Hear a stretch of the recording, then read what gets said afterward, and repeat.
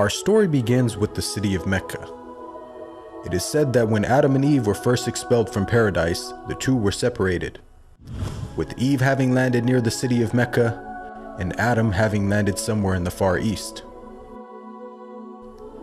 After many years of searching for one another, Adam finally managed to make his way down through the Arabian Peninsula to Mecca, and it was at the top of Mount Arafat, just outside the city of Mecca, where the two were finally reunited. Mecca is also significant because it is considered the first place on earth that God Almighty was worshipped alone.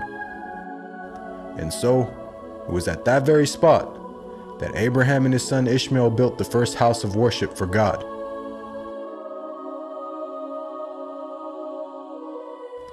In honor of this, God Almighty had built in the heavens a similar structure for the angels.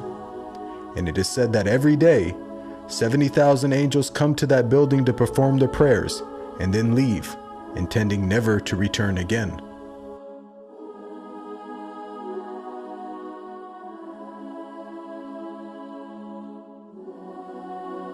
When Abraham and Ishmael had finished building the sacred house, there was still one brick that had to be put in its place. And so, Abraham sent his son Ishmael off to find a unique stone that he could put there. But God Almighty destined that the final stone that was to be laid would not be from the material of this world, but instead a stone directly from the heart of paradise. The angel Gabriel then brought the stone down to Abraham, who proceeded to put it in its proper place. It is said that when the stone first came down, it was a pure white color. But due to the impurities of this world and the sinfulness of man, the stone slowly began to fade and eventually turned black. As time passed, the city began to develop, with the people of Mecca remaining upon pure monotheism, worshiping one God alone.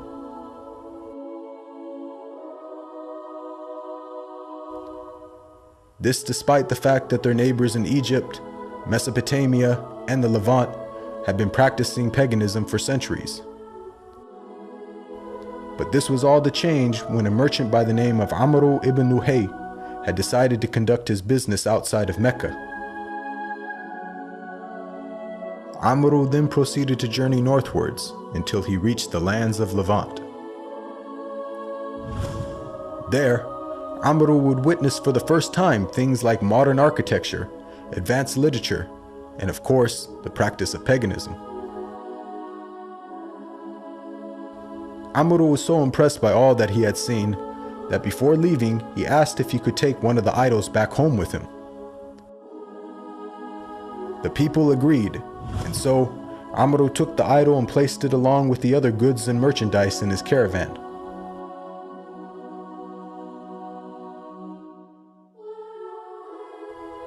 He then set out southwards, back towards the city of Mecca. When Amr arrived back home, he immediately took the idol and placed it right in front of the sacred house. He then proceeded to tell the people that this was now going to be the God that they worship. Sadly, this concept faced little, if no resistance. And as time passed, the people began to worship more and more different idols, until it is said by the end of the 6th century, there were over 360 different idols surrounding the sacred house in Mecca.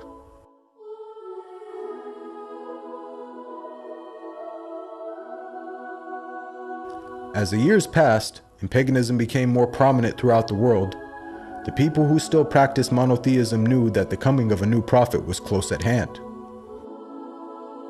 And so, either through deductive reasoning or through interpretation of their holy text, many had concluded that the Arabian Peninsula was the most probable place God would send his new prophet.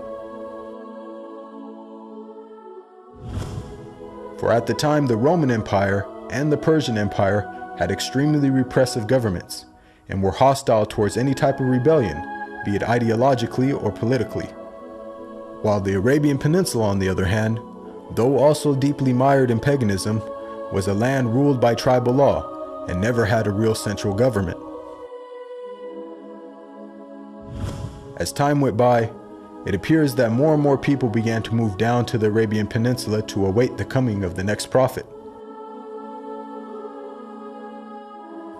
And so, in the very land in which man first worshipped his Creator, and where Abraham built the first house of worship for God alone, it was there where God had destined his last and final messenger would emerge.